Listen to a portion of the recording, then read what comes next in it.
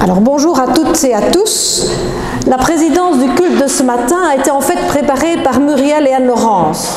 Et comme Anne-Laurence n'est pas en forme, c'est donc moi qui la remplacerai aujourd'hui. Cette période de l'Avent est une période bien morose. Les jours continuent à diminuer. Mais le Seigneur nous offre un commencement plein de promesses. Le Sauveur va venir. Comme vous le savez, l'Avent est une période de 4 dimanches précédant la fête de Noël. Et c'est une période donc de préparation. Et chaque dimanche de l'Avent, nous avons l'habitude d'allumer une bougie. La première bougie a été allumée par Judith la semaine dernière. Et en ce deuxième dimanche de l'Avent, nous avons donc allumé la deuxième bougie.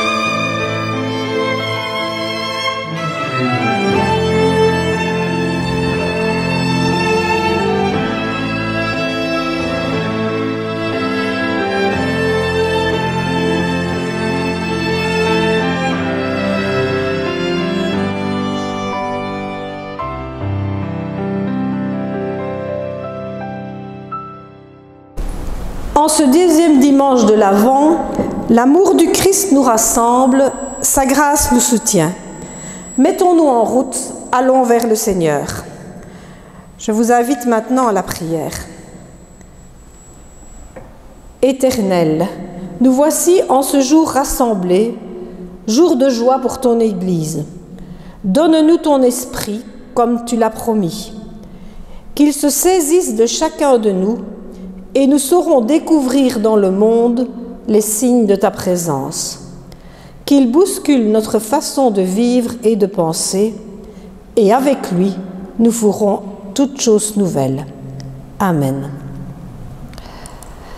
Les mots habituels de l'Avent sont les mots suivants. Dieu vient vers nous, Dieu va venir. Dieu est avec nous. L'incarnation, c'est Dieu qui, par amour, descend vers nous. Et Noël, c'est Dieu qui s'est incarné en homme pour venir nous rejoindre. L'Avent, c'est le temps d'attente où Dieu vient vers nous.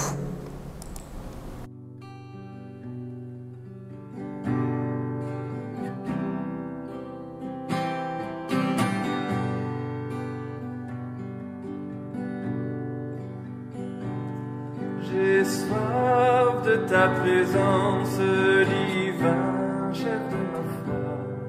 Dans ma faiblesse immense, que ferais-je sans toi?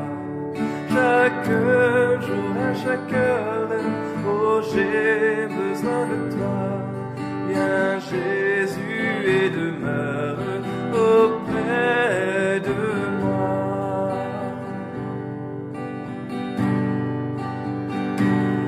Pendant les jours d'orage, d'obscurité, d'effroi, quand faiblit mon courage, que ferais-je sans toi? Chaque jour, à chaque heure, oh, j'ai besoin de toi. Viens Jésus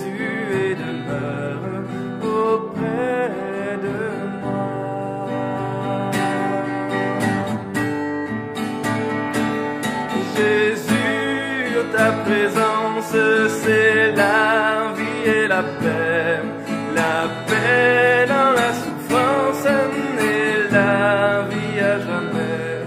Chaque jour, à chaque heure, oh, j'ai besoin de toi. Viens Jésus et demeure auprès de moi. Viens Jésus et demeure auprès de moi.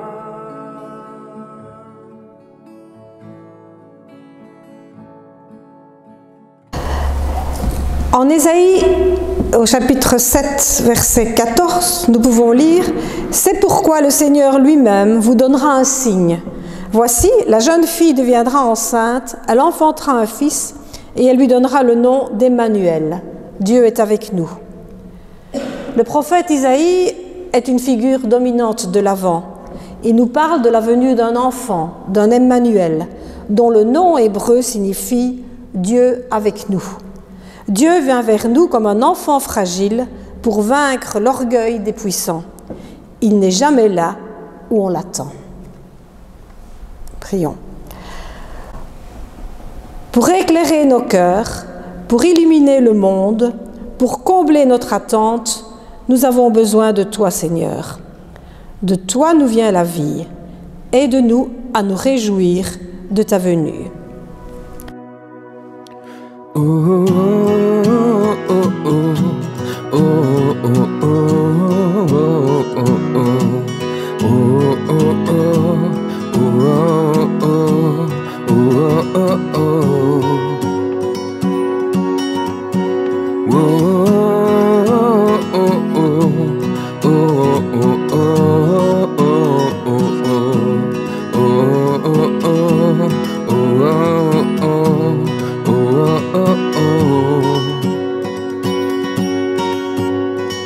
L'Éternel est mon berger, de rien je ne manquerai. Oh mon âme, chante mon âme, pas à pas il me conduit, au bord des eaux calmes je le suis. Oh mon âme, chante mon âme, oui toujours le bonheur et la grâce m'accompagneront devant sa face. Dans sa présence, tellement de joie, tellement de joie. Et tant qu'il se trouve auprès de moi, aucun mal, mon âme, tu ne craindras. Et dans son temple, je reviendrai, je reviendrai. Et si je traverse encore la vallée de l'ombre de la mort, oh mon âme, chante mon âme, puisqu'il m'aime le premier, non rien ne pourra me séparer de son amour, de son amour. Oui, toujours le bonheur et la grâce m'accompagneront devant sa face. Dans sa présence, tellement de joie, tellement de joie. Et tant qu'il se trouve près de moi, aucun mal, mon âme, tu ne craindras. Et dans son temple, je reviendrai, je reviendrai. Yahweh, Yahweh, tu fais briller sur moi ton soleil. Yahweh, Yahweh, ta lumière chasse au loin les ténèbres. Yahweh, Yahweh, ta parole éclaire mon sentier. Yahweh, Yahweh, Yahweh. Bientôt il viendra me chercher, et dans sa maison j'habiterai. âme, chante mon âme, sans cesse jusqu'à son retour. Mon âme chante son amour tous les jours, tous les jours. Oui, toujours le bonheur et la grâce m'accompagneront devant sa face. Dans sa présence, tellement de joie, tellement de joie. Et tant qu'il se trouve auprès de moi, aucun mal, mon âme, tu ne craindras. Et dans son temple, je reviendrai, je reviendrai.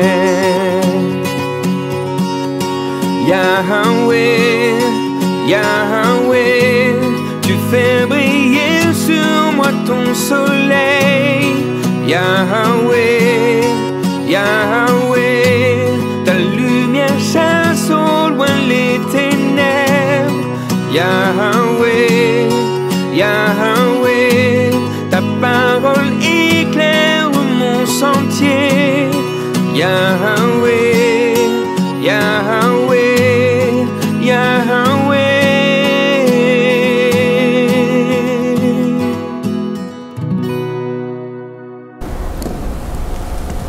La confession de foi qui a été choisie pour ce matin est intitulée « Nous croyons en Dieu malgré ». Nous croyons en Dieu malgré son silence et son secret. Nous croyons qu'il est vivant. Malgré le mal et la souffrance, nous croyons qu'il a fait le monde pour le bonheur de la vie. Malgré les limites de notre raison et les révoltes de notre cœur, nous croyons en Dieu. Nous croyons en Jésus-Christ. Malgré les siècles qui nous séparent du temps où il est venu, nous croyons en sa parole. Malgré nos incompréhensions et nos refus, nous croyons en sa résurrection. Malgré sa faiblesse et sa pauvreté, nous croyons en son règne. Nous croyons en l'Esprit Saint. Malgré les apparences, nous croyons qu'il conduit l'Église. Malgré la mort, nous croyons à la vie éternelle. Malgré l'ignorance et l'incrédulité, nous croyons que le royaume de Dieu est promis à tous. Amen. L'Esprit du Seigneur est sur moi, car le Seigneur m'a donné l'onction.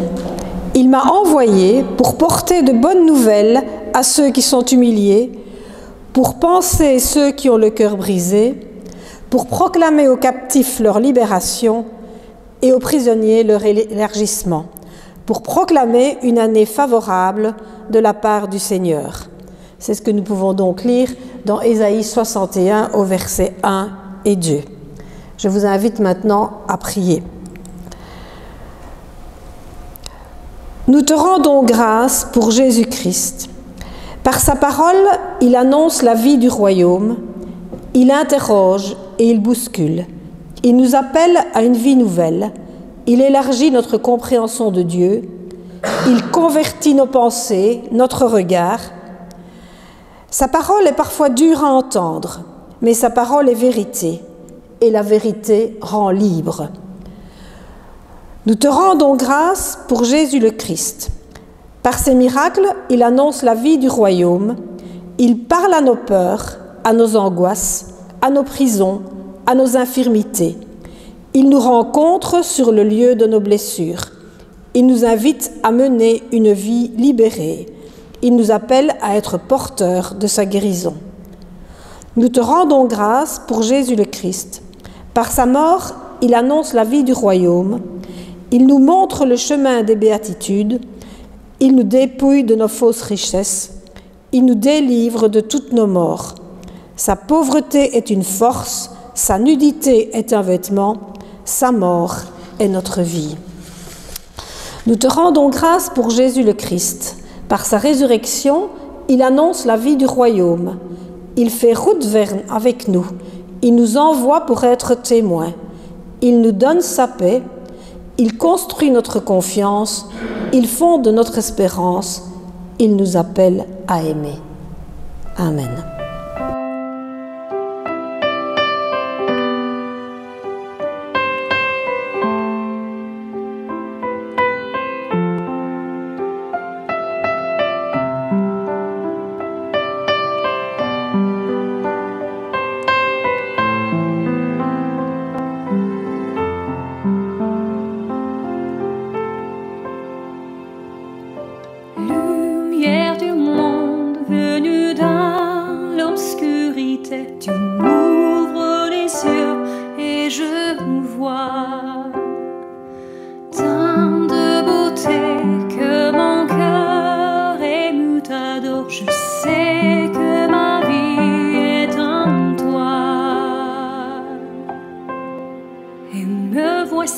pour louer, me voici à tes pieds, me voici pour dire tu es mon Dieu.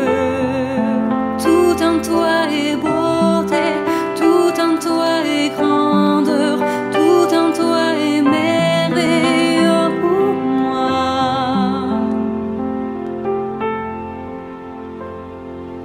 Roi éternel, élevé au-dessus de tout, ta gloire resplendit dans le ciel.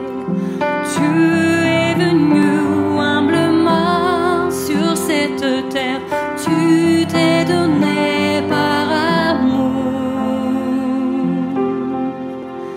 Me voici pour louer, me voici à tes pieds, me voici pour dire tu es mon Dieu. Car tout en toi est beauté, tout en toi est grandeur, tout en toi est merveilleux pour moi.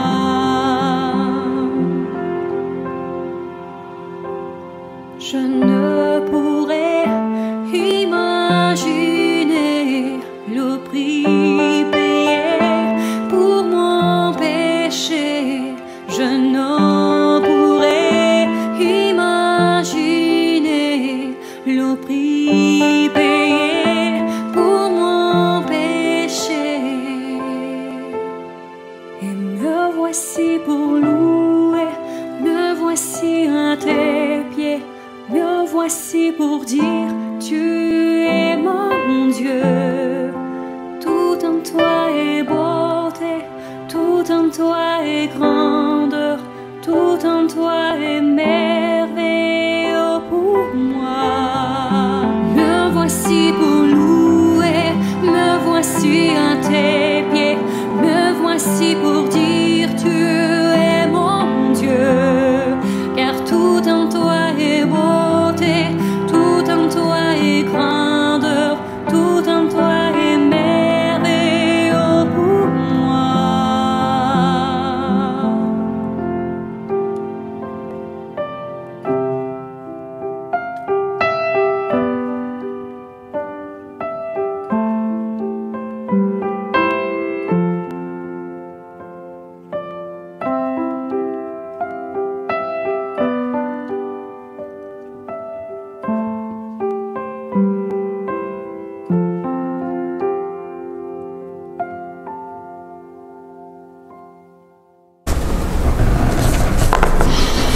Eh bien, bonjour à toutes et tous.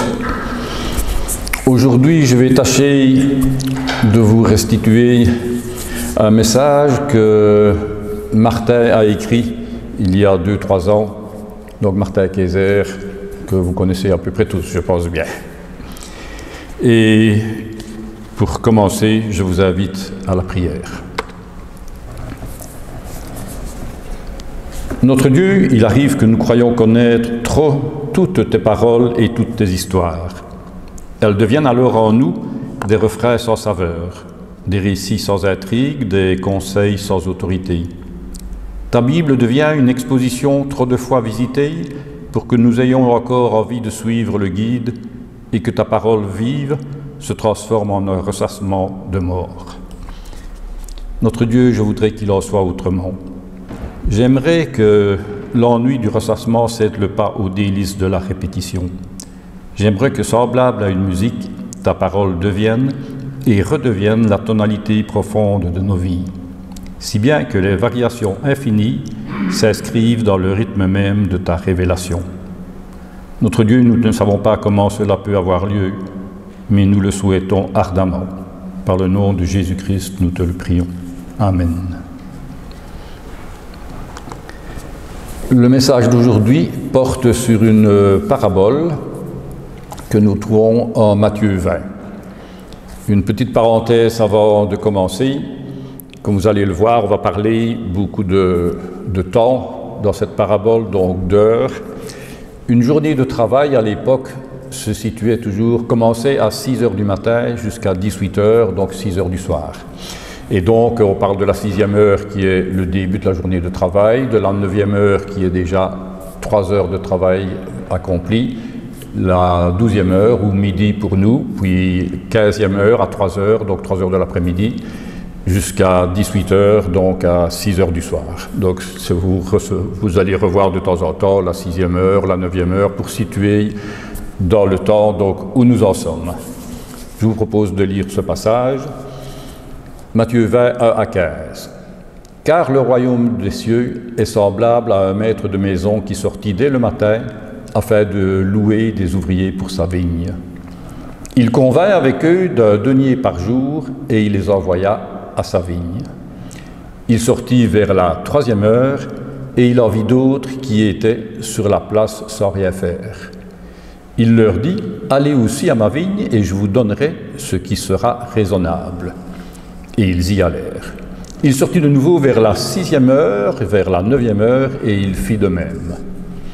Étant sorti vers la 11e heure, il en trouva d'autres qui étaient sur la place, et il leur dit, « Pourquoi vous tenez-vous ici toute la journée sans rien faire ?» Ils lui répondirent, « C'est que personne ne nous a loués. » « Allez aussi à ma vigne, leur dit-il. Quand le soir fut venu, le maître de la vigne dit à son intendant, « Appelle les ouvriers et paye-leur le salaire en allant du dernier au premier. » Ceux de la 11e heure vinrent et reçurent chacun un denier. Les premiers vinrent ensuite, croyant recevoir davantage, mais ils reçurent aussi chacun un denier. En le recevant, ils murmurèrent contre le maître de la maison et dirent, « Ces derniers n'ont travaillé qu'1 heure, et tu les traites à l'égal de nous, qui avons supporté la fatigue du jour et la chaleur. » Il répondit à l'un d'eux, « Mon ami, je ne te fais pas de tort. N'es-tu pas convenu avec moi d'un denier? Prends ce qui te revient et va-t'en. Je veux donner à ce dernier autant qu'à toi.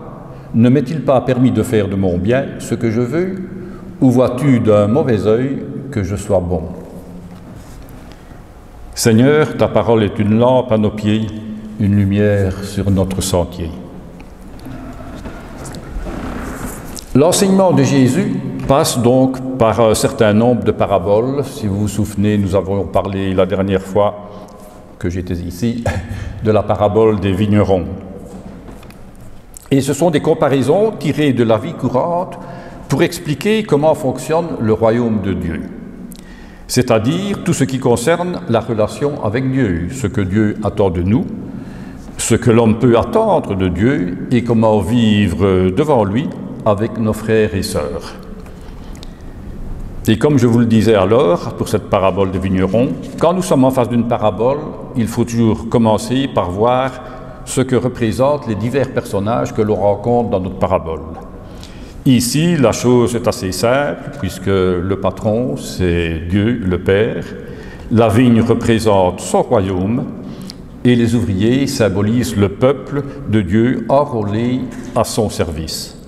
Donc, cette parabole a aussi un sens pour nous aujourd'hui.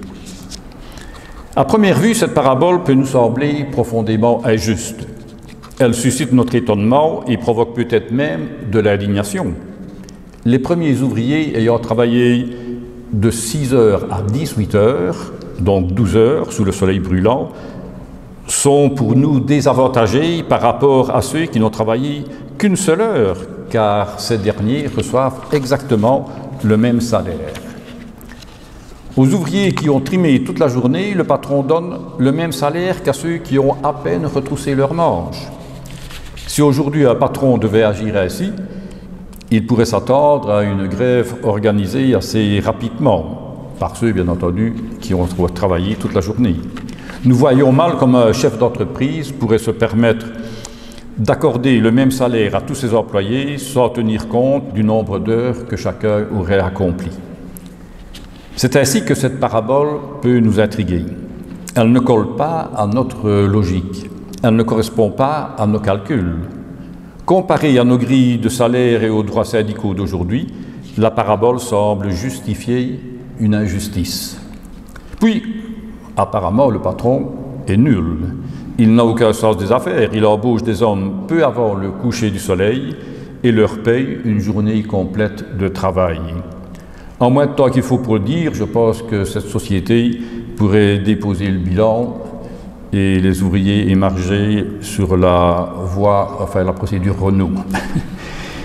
Oui, la parabole est bizarre et met en cause notre habitude de penser et de calculer. À moins peut-être qu'elle ne soit une révélation pour nous communiquer une réalité qui nous dépasse. Une parabole qui expose une manière de faire qui n'est pas la nôtre, qui prône un système de pensée différent. Tout y est tellement éloigné de ce qui se passe dans notre bas monde qu'elle devrait nous faire penser à la parole d'Ésaïe que l'on trouve au chapitre 55, verset 9. « Autant le ciel est élevé au-dessus de la terre, autant mes chemins sont élevés au-dessus des vôtres, et mes pensées au-dessus de vos pensées. » Qu'est-ce que Jésus veut nous apprendre en racontant cette histoire? Réalisons tout d'abord qu'elle est en fait une réponse à une question d'une chose qu'on a déjà entendue 2-3 fois aujourd'hui dans la confession de foi, dans la prière de la louange. Notre passage commence par ces paroles « Car le royaume des cieux est semblable à ». Donc le Christ avait reçu la question « Qu'est-ce que le royaume de Dieu ?» Et alors il nous donne une réponse à travers cette parabole. Il ne s'agit donc pas de notre monde où les choses se passent autrement. Il s'agit du royaume de Dieu, dans lequel nous sommes engagés en tant que disciples du Christ, au service du Père. Ce royaume est opposé au monde où d'autres principes sont en vigueur. Le patron va sur la place du village, où se tiennent les ouvriers qui se font engager. Il s'y prend dans la même journée à 5 reprises. Nous avons vu 6 heures, 9 heures, midi, 15 heures, 17 heures. Avec les premiers ouvriers engagés, il conclut un contrat. Ils recevront comme salaire 1 denier. Donc, tout le monde est d'accord. Il s'agit d'un salaire normal pour une journée de travail. Par contre, avec les ouvriers qu'il engage à 9 heures, à midi, à 15 heures, il n'est plus question de contrat, seulement une seule promesse de la part du patron. Je vous donnerai ce qui est juste. Quant au dernier engagé à 17 heures, il n'est toujours pas question d'un contrat, ni même d'une promesse maintenant. Ils sont seulement invités à aller travailler dans la vigne.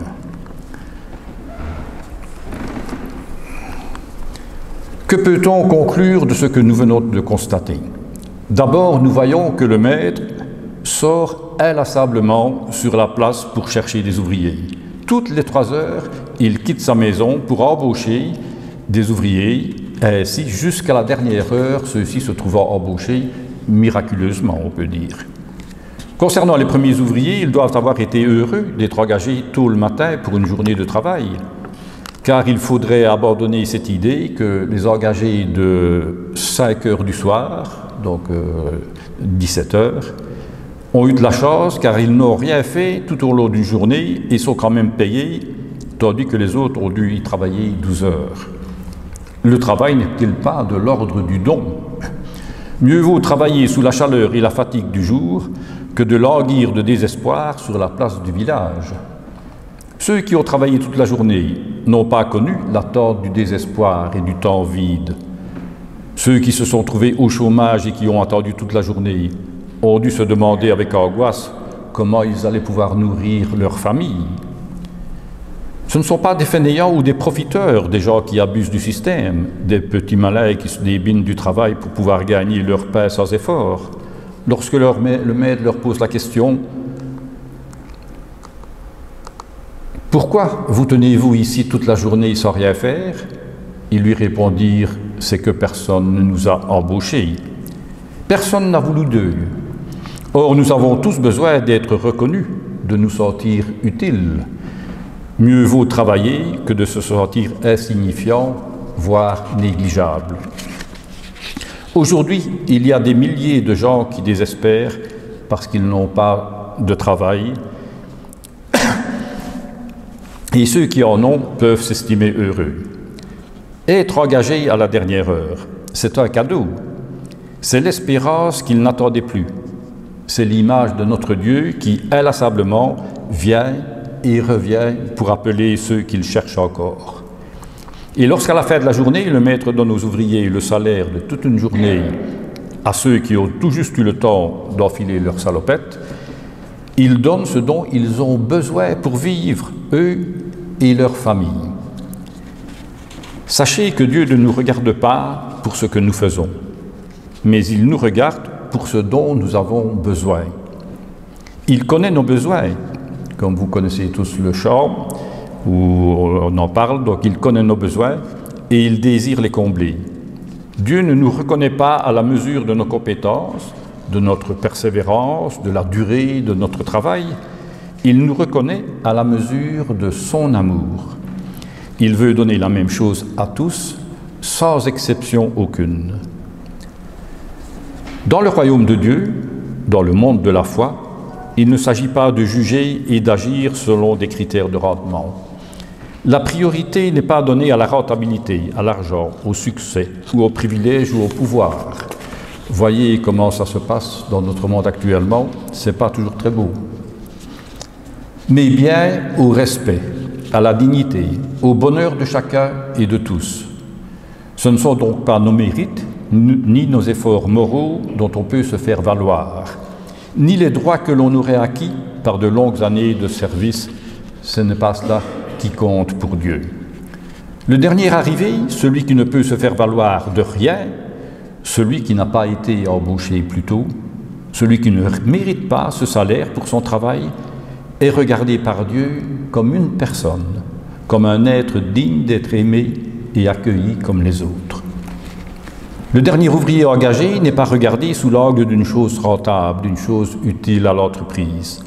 Notre monde abandonne tant de gens sur la place, là où personne ne vient les chercher. Il récompense l'effort, il exclut les faibles, il donne plutôt aux riches, enlève plutôt aux pauvres. Or, la logique de Dieu n'est pas celle du monde. Dieu ne nous donne pas plus ou moins selon notre parcours, notre appartenance, notre morale, notre généalogie ou selon le temps que nous avons passé en sa compagnie.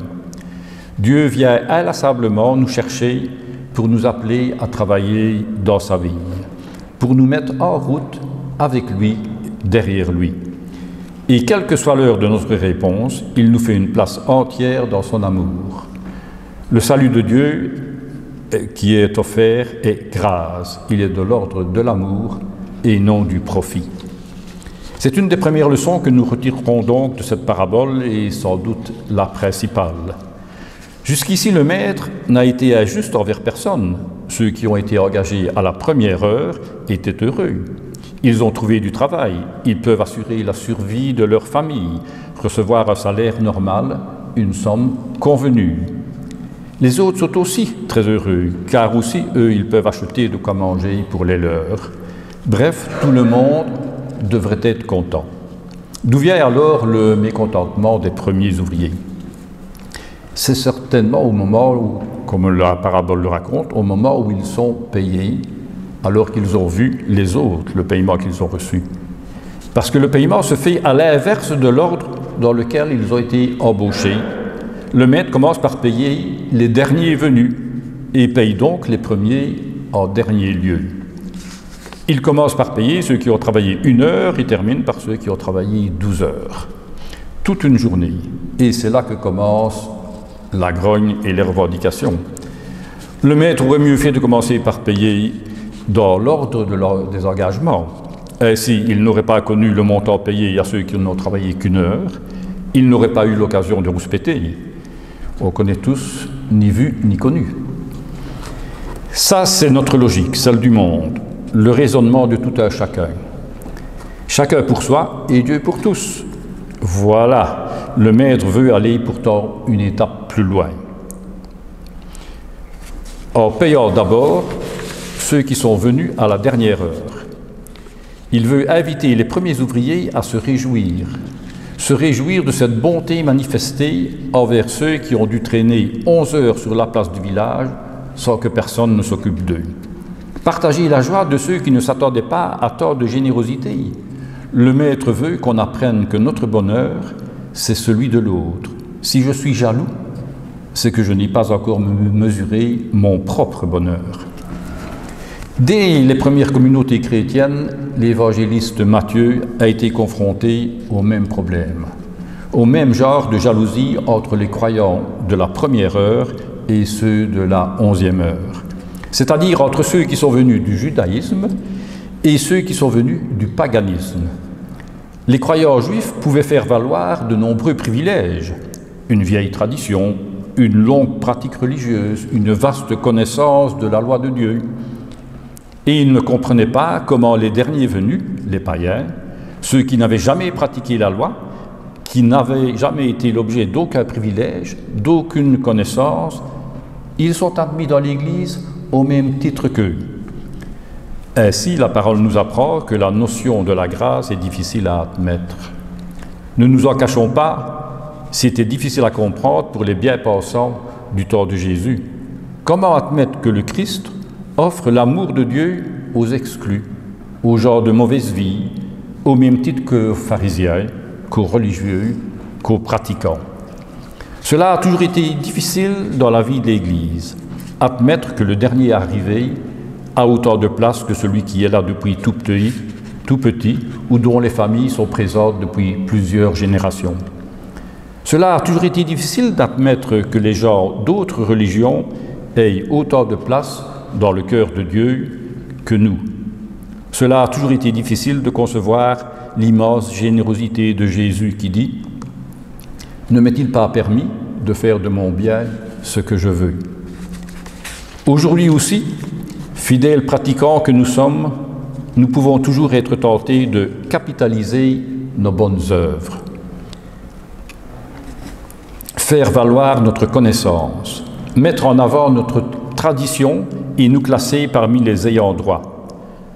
Nous faisons prévaloir notre ancienneté, notre pratique religieuse, notre dévouement, notre vie exemplaire, notre longue fidélité.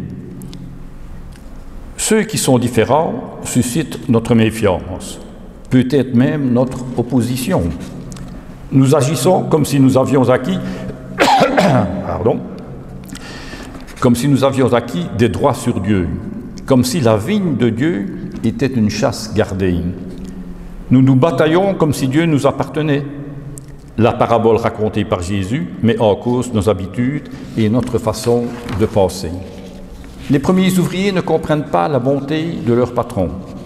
Ils sont comme les pharisiens et les scribes lorsque ceux-ci voyaient Jésus assis à table avec les pécheurs et les gens de mauvaise vie. Ils sont comme le fils aîné en colère quand il constate que son père est bon avec le frère cadet qui vient de rentrer après avoir dilapidé tout son capital. Ayant vu que les derniers ouvriers touchaient la même somme qu'eux, les premiers ouvriers se sont mis en tête qu'ils allaient avoir plus. C'est ce regard sur les autres qui soudain les rend jaloux. Ils se croient supérieurs et voilà que le maître les considère comme égaux. Un sentiment insupportable. Et cependant, le maître les appelle « mon ami ». Il leur répond dans ta jalousie, dans ton sentiment d'une injustice, « tu demeures mon ami ». Mon ami, vois-tu d'un mauvais œil que je sois bon? C'est une question de regard qui nous fait voir d'un œil mauvais la bonté de Dieu envers les autres. C'est une question de regard qui voit une mauvaise nouvelle pour nous, alors qu'il suffisait de voir une bonne nouvelle pour les autres. Dieu est juste, non pas en voulant nous récompenser plus que les autres, mais juste en donnant à chacun autant d'amour, quel que soit son parcours. Pourquoi faut-il que nous ayons cette difficulté à accepter la grâce de Dieu pour tous les hommes, pour toutes les femmes? La parabole raconte l'histoire d'un Dieu qui ne mesure pas son amour à nos mérites, ni même à nos démérites, mais qui accueille chacun dans son royaume par sa grâce seule. Les premiers ouvriers qui ont travaillé toute la journée aimeraient obtenir quelques privilèges en plus pour avoir été fidèles à Dieu depuis si longtemps. Mais si au lieu de réclamer plus, ne pourrions-nous pas nous dire que nous avons déjà eu, ici-bas, infiniment plus de chance et de bonheur que ceux qui sont venus à la dernière heure? Comment ne pas être conscient de l'honneur inestimable que Dieu nous fait de pouvoir travailler dans sa vigne depuis le tôt le matin? Est-ce que cela nous semble si dur? Est-ce vraiment un plaisir, une joie d'être croyant et de suivre le Christ? Ou est-ce le poids des années ou celui d'un renoncement qui nous aigrit? Sommes-nous vraiment conscients de la grâce que Dieu nous fait? En conclusion, je vous propose 4 petites courtes applications de cette parabole. La première, il faut procéder à un changement d'optique. La parabole veut que nous admettions la liberté du regard de Dieu et la gratuité de son amour. Or, la liberté de Dieu dépasse nos vues humaines. Son amour va au-delà de notre justice. Tout est triqué. Ne dit-on pas, quand on aime, on ne compte pas ou on ne calcule pas. À plus forte raison pour Dieu qui est amour. Dieu se donne le droit de manifester sa bonté envers qui il veut. Ne l'interdisons pas d'être bon et de faire preuve de miséricorde envers tous. Deuxièmement, voyons à ne pas sous-estimer la grâce. Ne nous poserons jamais comme des ayants droit. Qu'est-ce que Dieu nous doit? Rien, mais strictement rien. Tout est reçu par grâce. Sommes-nous si sûrs que nous n'aurons pas, le moment venu, besoin de cette bonté et de cette miséricorde de Dieu? Apprenons à nous réjouir ensemble de la grâce de Dieu, manifestée envers tous, envers les uns et les autres. Nous sommes invités à nous réjouir de sa générosité divine sans arrière-pensée aucune. Troisièmement, la parabole a suscité notre étonnement, voire notre indignation. Mais est-ce une injustice d'aimer les hommes au point d'en mourir? Finissons-en avec nos calculs de crédit, d'intérêt, de rentabilité, de rémunération, de profit, de tu dois, je dois, tu as fait ceci, j'ai fait cela. Arrêtons ce petit jeu qui est celui de notre orgueil, celui pour qui même la foi devient méritoire. Avec Dieu, pas question de barème, de mérite ou d'horaire, pas question de calcul. Il accueille tout le monde jusqu'à la dernière heure. S'exclut celui qui refuse obstinément. Donc il n'exclut personne. Souvenez-vous aussi du message de Léonard la semaine dernière entre Lazare et le riche. Le riche s'est exclu, ce n'est pas Dieu qui l'a refusé. Donc s'exclut celui qui refuse obstinément de se laisser enrôler dans cet amour divin. Jésus nous révèle la démesure de l'amour de Dieu et nous redit, ce que nous pouvons lire en Actes 20, 35, il y a plus de bonheur à donner qu'à recevoir. Quatrième application. Vous connaissez peut-être cette belle parole de Charles Foucault, donc Charles Foucault, qui est un prêtre catholique cistercien du XIXe siècle, qui disait « Vous avez quelle heure? Il est l'heure d'aimer. » Travailler dans la vigne, c'est apprendre à nous aimer les uns les autres. Notre bonheur est celui des autres. Rappelez-vous la parole des vignerons que nous avons parcouru le mois passé. Le seul moyen d'avoir de la joie soi-même, du bonheur, de l'amour, c'est d'en donner aux autres. C'est pour nous aimer que Dieu est venu lui-même nous embaucher, chacun individuellement sur cette place du village où nous attendions en état de chômage spirituel. Petit récapitulatif, comme ça vous partirez avec une idée complète. Quand on aime, on ne calcule pas. Apprenons à nous réjouir ensemble de la grâce de Dieu manifestée envers les uns et les autres. Il y a plus de bonheur à donner qu'à recevoir. Le seul moyen d'avoir de la joie soi-même, du bonheur, de l'amour, c'est d'en donner aux autres. En travaillant pour se mettre humble de cœur et aux joues si légers, nous goûtons sans cesse, notre vie durant, les prémices d'un bonheur éternel. Sur cette terre où l'on peut trébucher sans cesse dans les ténèbres de l'injustice, de l'orgueil, nous aurions marché paisiblement et avec assurance sous la lumière de Dieu. N'est-ce pas juste que ceux qui découvrent cette expérience à la dernière heure aient encore meilleur accueil que nous? Eh bien, je le crois profondément. Sachons nous réunir, que Dieu accorde la même grâce aux ouvriers de la première heure comme à ceux engagés à la dernière heure, voire parfois à la dernière minute, comme celui à qui le Christ sur la croix a dit « Aujourd'hui, tu seras avec moi au paradis ». N'est-ce pas un engagé de la dernière minute? Voici donc pour terminer ce que pourrait être notre prière à propos de cette parabole. Que celui qui aime Dieu se réjouisse, que celui qui est un serviteur fidèle entre dans l'allégresse, dans la joie de son maître. Que celui qui a travaillé dès la première heure reçoive aujourd'hui son juste salaire. Que celui qui est venu à la troisième heure se réjouisse en rendant grâce. Que celui qui est arrivé à la sixième heure n'éprouve aucun doute, car il ne perdra rien. Que celui qui a tardé jusqu'à la neuvième heure s'approche sans hésitation et sans crainte. Que celui qui n'est apparu qu'à la 11e heure n'ait aucune peur du fait de son retard, car le Seigneur est généreux, il reçoit le dernier comme le premier. Il admet au repos l'ouvrier de la 11e heure comme celui qui a travaillé dès la première heure. Il fait grâce au dernier, il chérit le premier. Il donne à celui-ci et il accorde à celui-là. Il reçoit l'œuvre, il accueille l'intention, il honore le travail. Le royaume des cieux advient dans notre monde, dans notre vie, pour nous aujourd'hui, quand ce qui est juste et bon se révèle. Le royaume des cieux se révèle quand le ciel touche la terre et que la lumière se fait sur la noirceur de nos compromissions. Le royaume des cieux existe non comme un endroit précis, mais comme un instant où nos vies révèlent le divin. Dans nos actions profanes, du divin s'est glissé. Laissons-le agir avec nous et en nous. Entrez tous avec joie entrez dans la joie de votre Maître.